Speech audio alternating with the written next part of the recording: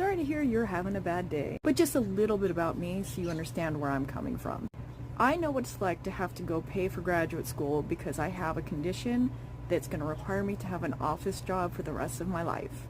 I know what it's like to not be able to do that office job anymore because the number of hours exceeds the physical capacities that I have.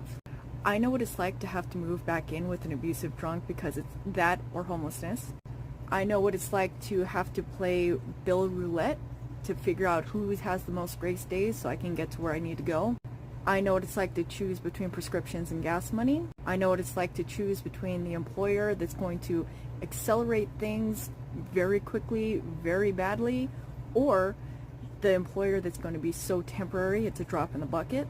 I know what it's like to have your credit cards cut off because you can't make minimum payments. I know what it's like to go to 12 different doctors in 14 different months for them to say that I'm just like everybody else in my situation. I know what it's like to be cut off from medication because I'm just like everybody else in my situation.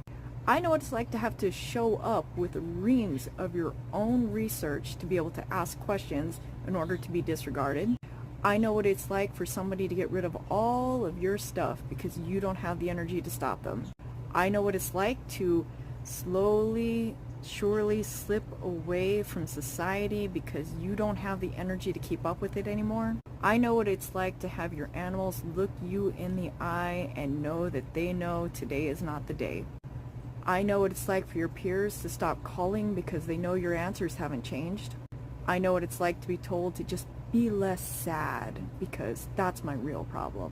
I know what it's like to be told, oh, just don't worry as much because that's my real problem. I know what it's like to be told to stop focusing on the pain because that's the real problem. I know what it's like to be told you have options that have never existed. I know what it's like to be told during this administration that you matter. And I know what it's like for people to willfully misunderstand you because they don't want to listen.